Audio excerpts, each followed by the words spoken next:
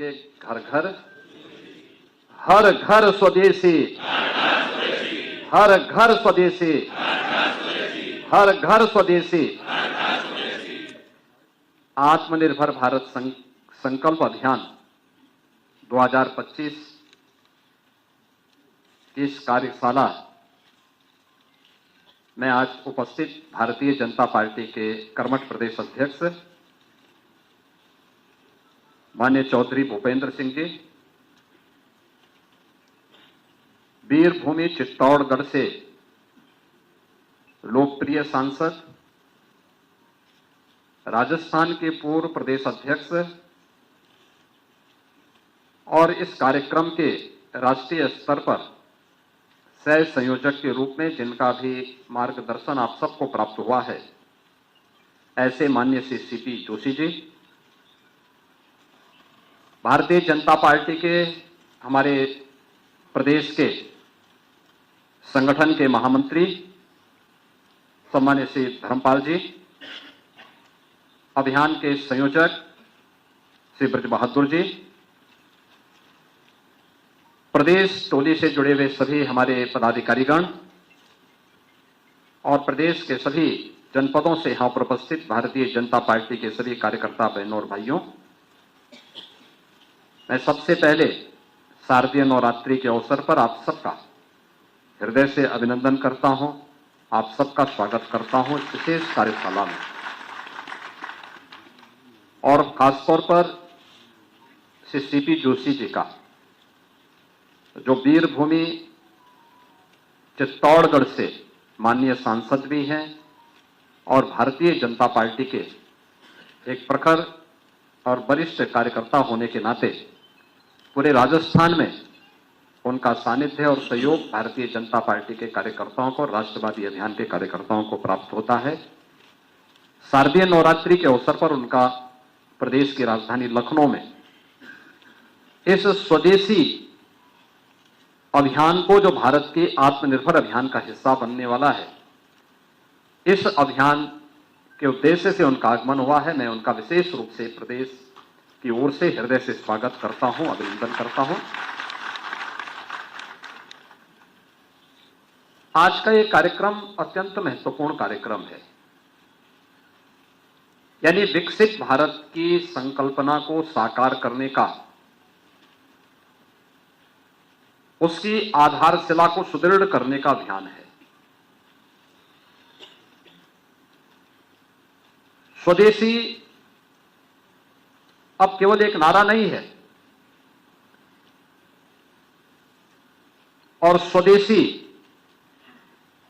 अब केवल खादी वस्त्रों तक सीमित नहीं है। सुई से लेकर के समुद्री मालवाहक जहाजों से के निर्माण को लेकर के, और एक फाउंटेन पेन से लेकर के एरोप्लेन के निर्माण को लेकर के भारतीय जनता पार्टी के नेतृत्व की सरकार देश के अंदर इस प्रकार का प्रोडक्शन कर रही है।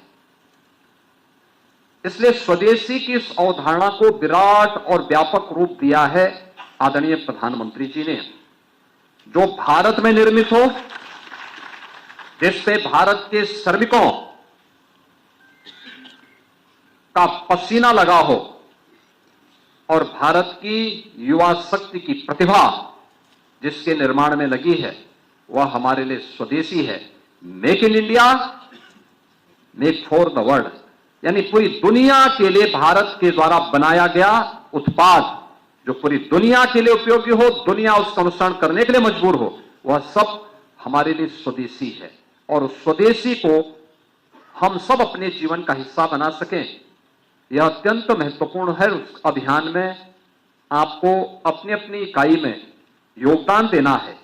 इसलिए महत्वपूर्ण संगोष्ठी और शारदीय नवरात्रि की द्वितीया तिथि को यह आपके लिए भी और हम सब के लिए भी अत्यंत महत्वपूर्ण विषय है। आपने यहां पर अभी इस कार्यक्रम के राष्ट्रीय सह संयोजक श्री सीपी जोशी के उद्बोधन को सुना है। उन्होंने बड़ी सहजता के साथ इस बात को कहा कि एक समय दुनिया की अर्थव्यवस्था में भारत का जो योगदान था वह 40% था। यह 2000 वर्ष पहले की बात है और ज्यादा दूर मत जाइए, आज से 300 वर्ष पहले, 300 वर्ष पहले दुनिया की अर्थव्यवस्था में भारत का जो योगदान था वह 25% था। 25% योगदान भारत का था। उद्योगों से उत्पादन में भारत का, यानी औद्योगिकीकरण में जो उत्पादन होता था उसमें भारत का योगदान नंबर 1 पर था। 25% का योगदान अकेले भारत का हुआ करता था। भारत का मतलब आज का भारत, पाकिस्तान और बांग्लादेश, जिसको आप बृहत्तर भारत कहते हैं। यानी 300 वर्षों तक भारत दुनिया की नंबर 1 की आर्थिक ताकत थी, नंबर 1 का उत्पादक राष्ट्र था और कृषि में तो भारत की कोई सानी ही नहीं थी। कृषि की स्थिति यह थी, जो बात अभी कह रहे थे डॉक्टर जोशी जी, दुनिया के अंदर अगर आप देखेंगे, वास्तव में यह सच है कि अगर भौगोलिक दृष्टि से आप देखेंगे तो भारत का स्थान दुनिया के अंदर 7वें राष्ट्र के रूप में आता है। इस हमारा जो भौगोलिक क्षेत्रफल है वो 7वें नंबर पर आता है। नंबर 1 पर रूस है, नंबर 2 पर चीन आता है, नंबर 3 पर अमेरिका आता है, नंबर 4 पर ब्राजील का नंबर आता है, फिर ऑस्ट्रेलिया का नंबर आता है, कनाडा का नंबर आता है, कनाडा के बाद ब्राजील, ब्राजील के बाद ऑस्ट्रेलिया, ऑस्ट्रेलिया के बाद तब भारत, बृहत्तर भारत का नंबर आता है। यानी भारत, पाकिस्तान और बांग्लादेश का जो कुल भूभाग है, इसके पास लगभग 42.5 करोड़ हेक्टेयर की भौगोलिक क्षेत्रफल था हमारे पास। लेकिन रूसी संघ के पास जो है वह है 1 अरब 70 करोड़ हेक्टेयर लैंड उसके पास, बहुत बड़ा भूभाग उसके पास, भारत से कई गुना बड़ा। अमेरिका के पास भी काफी बड़ा, कनाडा के पास भी कई ज्यादा बना, ब्राजील के पास भी, चीन के पास भी, लेकिन भौगोलिक दृष्टि से सभी भारत से बहुत बड़े हैं। लेकिन अगर कृषि योग्य भूमि की दृष्टि से देखेंगे तो दुनिया के अंदर जितनी भूमि है इन देशों के पास जितनी भूमि है उसमें केवल और केवल 20% भूमि पर ही कृषि हो सकती है, उससे ज्यादा नहीं हो सकती। और भारत अकेले देश है जिसकी 60% से अधिक भूभाग पर बेहतर कृषि होती है और दुनिया की सबसे उर्वरा भूमि, सबसे अच्छा जल संसाधन भारत रखता है। एक नहीं, कई कई फसलें भारत ले सकता है और भारत लेता था। भारत कपड़े का सबसे बड़ा उत्पादक था दुनिया के अंदर। भारत कपड़ा बेचता था। आपने बंगाल के उन कारीगरों का इतिहास सुना होगा, जाना होगा, जिन कारीगरों ने को विदेशी आक्रांताओं ने, विदेशी उन शासकों ने अपने स्वार्थ के लिए जिनके हाथ काट दिए थे, उनकी कारीगरी को समाप्त करने के लिए किस प्रकार के षड्यंत्र रचे गए थे, ये किसी से नहीं छुपा हुआ है। खेती किसानी में भी भारत के अंदर जब तक भारत का किसान आप में से बहुत सारे लोग जानते होंगे और आपसे एक पीढ़ी पहले के लोग जानते होंगे, हमारे यहां खेती बाड़ी में urea, potash, DAP, zinc phosphate या कोई भी पेस्टिसाइड, कोई भी केमिकल इस्तेमाल नहीं होता था। यह सीजन था, होली से लेकर के और दीपावली के बीच हर गांव में गाय, बकरी, भैंस एक खेतों में बांधे जाते थे और खेतों में बांध करके वह उसी हिसाब से खेती की उर्वरता को बनाते थे। यानी जितनी हम खेती का दोहन करते थे उससे कई गुना हम खेती को रिटर्न करते थे उसके माध्यम से। परिणाम क्या होता था? आज जिसको लेकर के प्रधानमंत्री जी नेचुरल फार्मिंग कह रहे हैं, जिसके लिए सुभाष पालेकर जी कहते हैं जीरो बजट खेती, ये जीरो बजट खेती ही हमारा अन्नदाता किसान इस देश के अंदर करता था। ये वही खेती थी, गाय का गोबर, गाय का मूत्र, गाय से जुड़े हुए उत्पाद, गाय का खुर उस धरती को मुलायम भी करता था, उसकी उर्वरता को भी बनाता था। परिणाम क्या होता था? खूब अन्न उत्पादन होता था, खूब अन्न उत्पादन होता था, धन धान्य से परिपूर्ण था।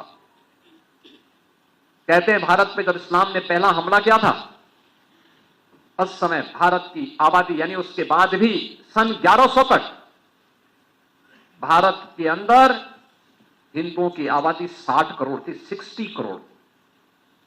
और 1947 में जब ये देश आजाद हुआ उस समय हिंदुओं की आबादी रह गई थी मात्र 30 करोड़। आप मुझे बताइए, इन 800-900 वर्षों में हमारी आबादी बढ़नी चाहिए थी कि कम होनी चाहिए थी? कम हुई। हम 60 करोड़ से 30 करोड़ पे आ गए। यानी आबादी ही नहीं घटी, हमारी खेती के उत्पादन को भी कम कर दिया गया। ये आबादी जो कम हुई, आक्रांताओं ने ही मारा नहीं, बल्कि भूख से मरे, बीमारी से मरे, तमाम अन्य प्रकार की यातनाओं से मरे। विदेशी दास्ता ऐसे ही होती है। इस देश से वही किया गया, इस देश पर अत्याचार किया गया, उसका शोषण किया गया। और जिस भारत में 300 वर्ष पहले आधी से कम आबादी खेती पर निर्भर करती थी, आधी से अधिक आबादी उद्योग धंधों में लिप्त थी, बड़े उद्योग नहीं, यहां पे कल कारखाने थे, लघु सीमांत और लघु और कुटीर उद्योगों का एक जाल फैला हुआ था। ये भारत की ताकत बनती थी। भारत को उत्पादक देश के रूप में, प्रोडक्शन के रूप में भारत का बेहतरीन उत्पादन दुनिया के मार्केट में छाता था। दुनिया का व्यापारी यहां आता था, यहां से लेके जाता था, यहां से व्यापारियों का काफला अपना सामान पहुंचाता था। क्या नहीं था भारत के पास? सब कुछ तो था।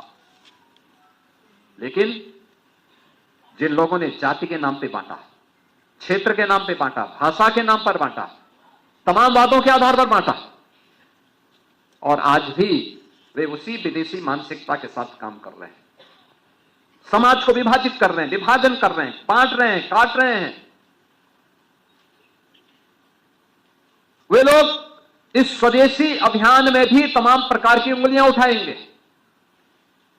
लेकिन प्रधानमंत्री जी का जो कहना है कि हम जो भी भारत के श्रमिकों के श्रम से बना हो, हमारे युवाओं की प्रतिभा से आगे बढ़ाओ, वह कोई भी उत्पादक जो भारत की धरती पर भारत के उद्यमी, भारत के व्यापारी, भारत के श्रमिक, भारत के युवा, इन सबके सामूहिक प्रयास से आया है, उस पूरे उत्पाद को स्वदेशी मान करके उसके लिए हमें एक एक व्यक्ति को तैयार करना है और उसी को खरीदने के लिए लोगों को कहना है।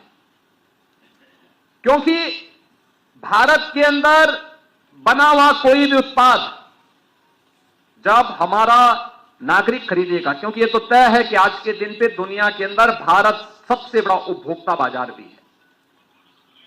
140-145 करोड़ की आबादी कौन नकार सकता है? उसकी आवश्यकताओं की पूर्ति करने के लिए, उसकी आवश्यकताओं के लिए जो भी प्रोडक्शन आना है, उस प्रोडक्शन को उसे प्राप्त हो सके, हर व्यक्ति लालायित होगा इस बाजार के लिए। क्योंकि प्रोडक्शन तो डिमांड एंड मार्केट की सप्लाई पे निर्भर करता है और लोगों को प्राप्त हो, कोई इसको नजरअंदाज नहीं कर सकता। और इसलिए इतने बड़े मार्केट को उसके बारे में अवगत कराना एक राष्ट्रीय कार्य है, क्योंकि भारत का पैसा भारत के अंदर लगेगा तो भारत की समृद्धि का कारण बढ़ेगा। भारत का पैसा दुनिया के उद्यमी मुनाफा कमाए तो भारत का पैसा दुनिया के बाजार में चला जाएगा। परिणाम क्या होगा?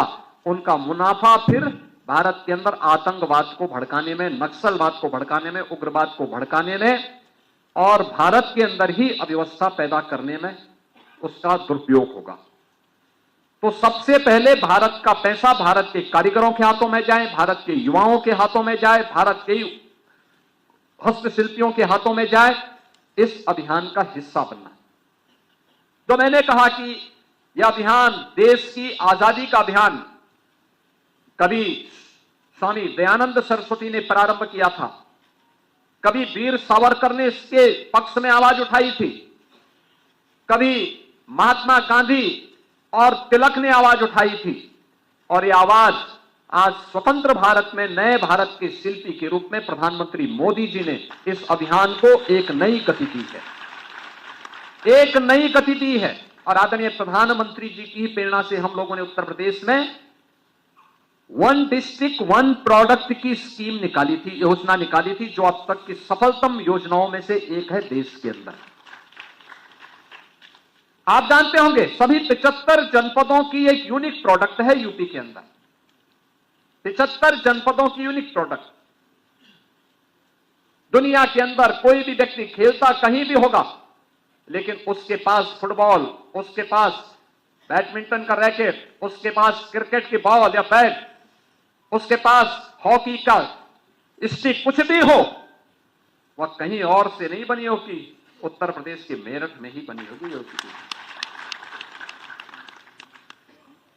चमड़े का उत्पाद दुनिया के अंदर लोग इस्तेमाल करते होंगे, चमड़े का बैग होगा, चमड़े का पर्स होगा, चमड़े का जूता होगा, चमड़े से जुड़ा हुआ कोई भी उत्पाद होगा, इस्तेमाल दुनिया कर रही होगी, लेकिन बना हुआ आगरा, कानपुर या उन्नाव में ही बना होगा। कारपेट दुनिया के अंदर कोई भी इस्तेमाल कर रहा होगा, लेकिन बना होगा भदोई, वाराणसी, मिर्जापुर में ही, उत्तर प्रदेश के अंदर। सिल्क की साड़ी दुनिया के अंदर लोग इस्तेमाल करते होंगे, लेकिन बनी होगी वाराणसी और आजमगढ़ में। जरी जरदोजी के कार्य को दुनिया के लोग इस्तेमाल करते हैं, लेकिन वो बनी होगी लखनऊ में। ग्लास का आइटम लोग अपने घरों में इस्तेमाल करते होंगे, घर के दैनिक कार्यों के साथ साथ उनके घर की डाइनिंग की शोभा बढ़ाने के लिए भी, लेकिन बना होगा फिरोजाबाद में ही। हर घर की शुरुआत होती है सुबह की चाय से, और चाय परोसा जा रहा होगा, जो चीनी मिट्टी का बर्तन बना होगा खुर्जा में ही बना होगा। ब्लैक पॉटरी बनी होगी तो आजमगढ़ में बनी होगी, टेराकोटा बना होगा तो गोरखपुर में बना होगा। यानी ये वन डिस्ट्रिक्ट वन प्रोडक्ट की सभी जगह की। और दुनिया के अंदर सबसे अच्छा चावल भी अगर किसी को खाना है तो सिद्धार्थनगर का काला नमक चावल खा लीजिए। किसी को अमृत फल खाना है, आंवला, तो प्रतापगढ़ जाएगा, प्रतापगढ़ का तो देगा, ब्रांड तो प्रतापगढ़ के नाम पर बन गई।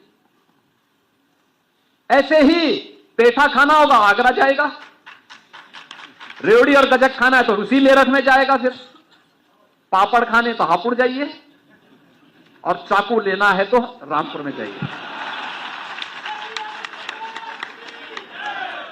लेकिन ये वन डिस्ट्रिक्ट वन प्रोडक्ट की उत्तर प्रदेश की स्कीम ने, जो प्रधानमंत्री जी की प्रेरणा से हमने प्रारंभ की, इसने रोजगार दिया। 96 लाख यूनिट उत्तर प्रदेश के अंदर स्थापित हुई हैं। इस 17 के पहले मृत प्राय हो चुका था, लोग पलायन कर रहे थे, कारीगर हताश था, निराश था, सरकार का प्रोत्साहन नहीं था, बड़े पैमाने पे लोग भाग रहे थे। हम लोग आए, हमने स्कीम बनाई, उसको फिर से जोड़ा, उसको एक नई गति दी, उस अभियान को एक नए सिरे से आगे बढ़ाने का काम किया और आगे बढ़ाने के साथ साथ जब उसको मजबूती प्रदान की, उसको हमने डिजाइन दी, उसको हमने टेक्नोलॉजी दी, उसको हम लोगों ने मार्केट दिया, उसकी ब्रांडिंग की और हर प्रकार से उसको प्रोत्साहित किया, पैकेजिंग की सुविधा दी। आज परिणाम क्या है? 2 लाख करोड़ रुपए का केवल हम एक्सपोर्ट कर रहे हैं, 2 लाख करोड़ का। आप जाइए भदोही में 14,000 करोड़ रुपए का केवल एक्सपोर्ट होता है। ये दुनिया के मार्केट में, डोमेस्टिक मार्केट अलग है। आप चले जाइए मुरादाबाद में ब्रास के लिए, ब्रास का आइटम 12 से लेकर 14,000 करोड़ का वहां से एक्सपोर्ट होता है, डोमेस्टिक मार्केट का अलग है। अगर आप चले जाइए फिरोजाबाद में 4 से 5,000 करोड़ का केवल एक्सपोर्ट हो जाता है।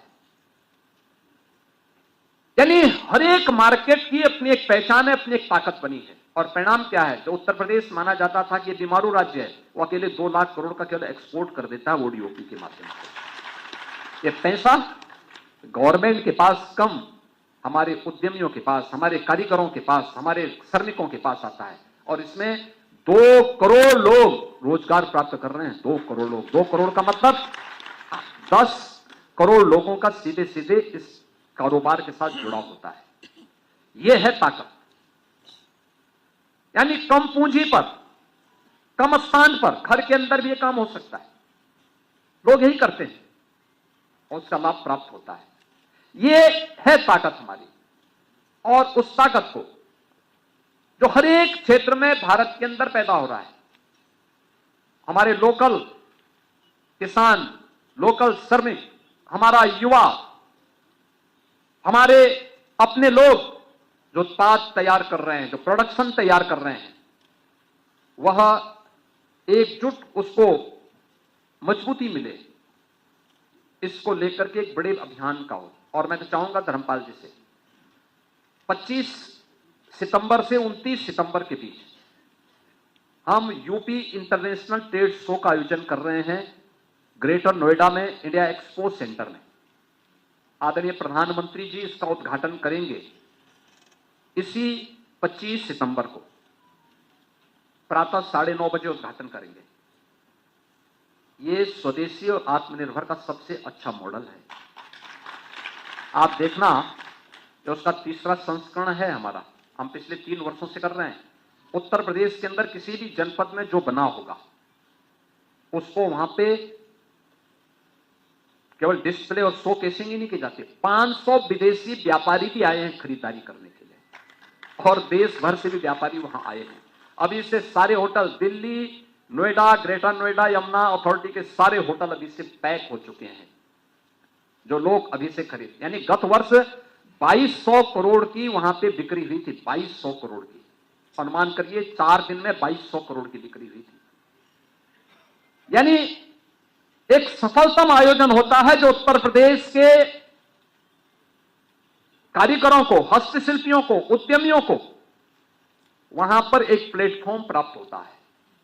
और उत्तर प्रदेश तो आज 1 डिस्ट्रिक्ट 1 प्रोडक्ट और खादी के प्रोडक्शन से लेकर के डिफेंस प्रोडक्शन तक अपनी ताकत का भरपूर इस्तेमाल कर रहा है।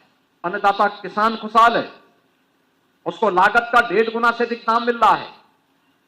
अकेले गन्ना किसानों को हमने पिछले 8 वर्ष के अंदर 2,86,000 करोड़ रुपए का गन्ना मूल्य का भुगतान उसके खाते में डीबीटी के माध्यम से किया है। लगातार इन कार्यक्रमों को एक तरफ आगे बढ़ाया जा रहा है। 45 लाख करोड़ रुपए से अधिक के निवेश के प्रस्ताव यहां पर आए। बेहतरीन कनेक्टिविटी भी बनाई गई और 1 डिस्ट्रिक्ट 1 प्रोडक्ट और विश्वकर्मा श्रम सम्मान और पीएम विश्वकर्मा जैसी स्कीम के माध्यम से इसको प्रभावी ढंग से आगे बढ़ाने का काम किया जा रहा है।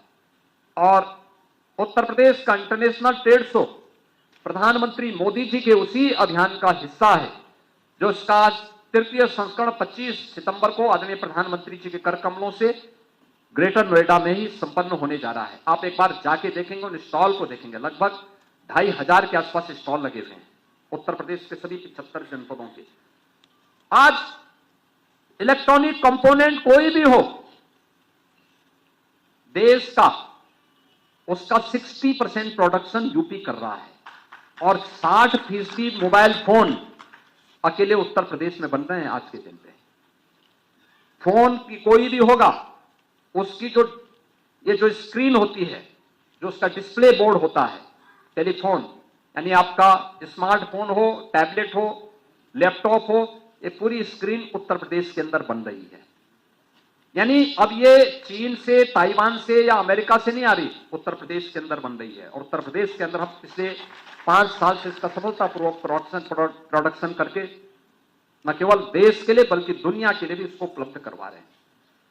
अकेले उत्तर प्रदेश 2 लाख करोड़ का उत्तर प्रदेश मोबाइल फोन यहां से बाहर भेजता है, बड़े पैमाने पे भेज रहा है, हर स्तर पर कार्य हो रहा है। और उस दिश से इस ट्रेड शो को अगर आप देखेंगे तो आपको भी लगेगा कि हमें गांवों में, अपने अपने जनपदों में स्वदेशी मेला कैसे लगाना है। हमारा एमएसएमई विभाग भी इसमें सहयोग करेगा आपका। और मैं चाहूंगा कि मेला की तिथि भले देर की, अगर उसको पहले लगाएंगे तो व्यापारियों को लाभ भी होगा। जैसे अभी दीपावली के पहले हम लोगों का प्रयास रहता है कि हर जनपद में 1 डिस्ट्रिक्ट 1 प्रोडक्ट का और स्थानीय उत्पादों का मेला लगे जनपद स्तर पर। अगर हम अभी से इसकी प्लानिंग कर लेंगे, क्योंकि दीपावली 19 और 20 को पड़ेगी, अगर हम 10 से 18 के बीच में 1 सप्ताह का मेला इस रूप में अभी से प्लानिंग कर लेंगे, बड़े पैमाने पे ये कार्यक्रम अच्छे हो सकते हैं। क्योंकि उसमें बहुत लाभ स्थानीय उद्यमियों को और व्यापारियों को होता है। और दूसरा, विदेशी उत्पाद को लोग खरीदने से फिर बचते हैं। जैसे चीन की झालर पहले ही छा जाती थी, पहले आज 17 के पहले छाती थी, लेकिन अब घर घर में दीप लोग जला रहे हैं, मिट्टी के दीप जला रहे हैं। मुझे याद है जब हमें अयोध्या में दीपोत्सव का आयोजन करना था 2017 में, 51,000 दीप अयोध्या और अयोध्या कमिश्नरी में नहीं मिले थे, पूरे प्रदेश भर से मुझे जुटानी पड़ी थी।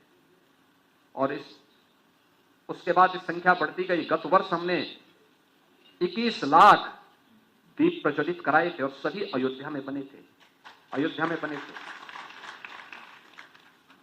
और इस बार भी हमारा प्रयास है कि रिकॉर्ड तोड़ दीपोत्सव के कार्यक्रम के साथ दीप प्रज्वलित होंगे। न केवल मिट्टी के बल्कि गाय के गोबर के दीप भी बनेंगे बड़े पैमाने पर। हमें लोकल लोगों को इसके लिए तैयार करना होगा, हर घर में दीप जले। अगर हर घर स्वदेशी होगा तो हर घर पर भी दीप जले। ये दीप भी भारत का स्वदेशी मॉडल है और इसको बड़े पैमाने पर हमें आगे बढ़ाने के कार्यक्रम के साथ जोड़ना है।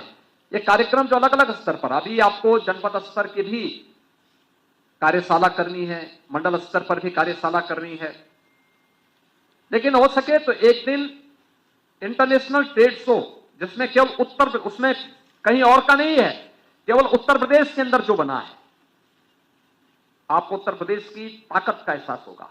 और मैं इसलिए बोल रहा हूं, भारत विपन्न हुआ क्यों, बंगाल में अकाल क्यों पड़ा था, क्यों बीमारी से लोगों को देश के अंदर मरना पड़ा था,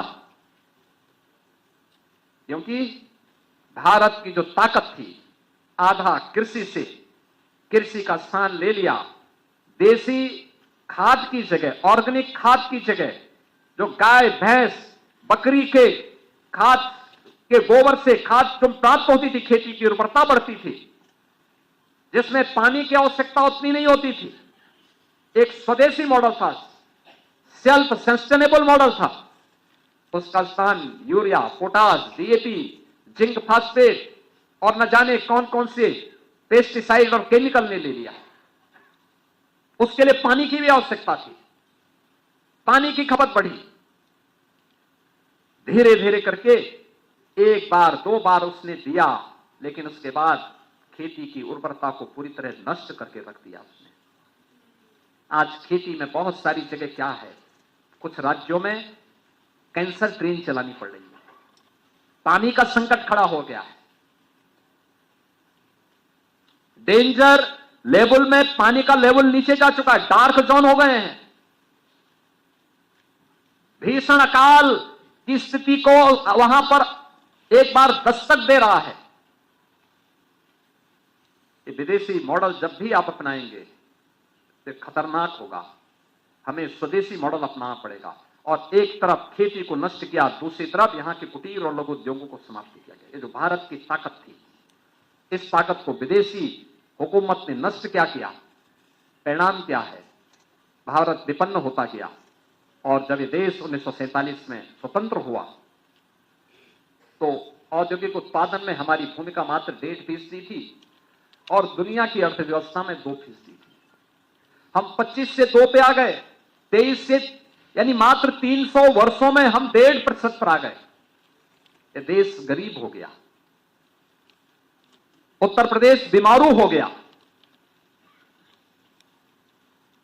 अब बीमारू, अगर 8 वर्ष में बीमारी हट सकती है तो कोई कारण नहीं कि उत्तर प्रदेश अगले 22 वर्ष में विकसित न हो जाए। और उत्तर प्रदेश, भारत ने अगर अपनी विपन्नता को दूर करके नए भारत के रूप में अपने को दुनिया की चौथी अर्थव्यवस्था के रूप में स्थापित किया है, कोई कारण नहीं कि 2047 में जो प्रधानमंत्री जी की संकल्पना है कि भारत विकसित भारत होगा, तो भारत अवश्य विकसित होगा, लेकिन रास्ता स्वदेशी और आत्मनिर्भर संकल्प अभियान के माध्यम से ही आगे बढ़ता है। आत्मनिर्भर भारत संकल्प अभियान इस स्वदेशी के जिस मॉडल पर आधारित होगा, वही आत्मनिर्भर भारत और विकसित भारत की संकल्पना को पूरा करेगा। आप सभी इस अभियान के साथ जुड़ेंगे, इस विश्वास के साथ आप सबको मैं विजयादशमी की और शारदीय नवरात्रि की मंगल में शुभकामनाएं देते हुए वाणी को विराम देता हूं। धन्यवाद। जय हिंद।